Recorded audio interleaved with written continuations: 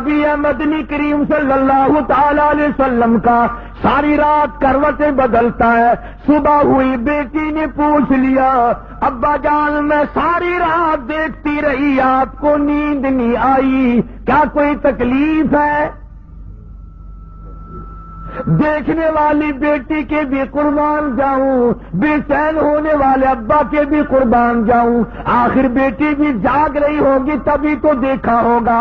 کہنے لگے ابا میں نے ساری رات کروٹیں بدلتے دیکھا، کیا بات ہے آج نیند کیوں نہیں آئی؟ فرمایا لگتے جگر او نور نظر، او میری بیٹی کل قرآن کریم کی ایک آیت سن کے آیا ہوں، ثم لم یتوبوا فلہم عذاب جہنم ولہم عذاب الحریق.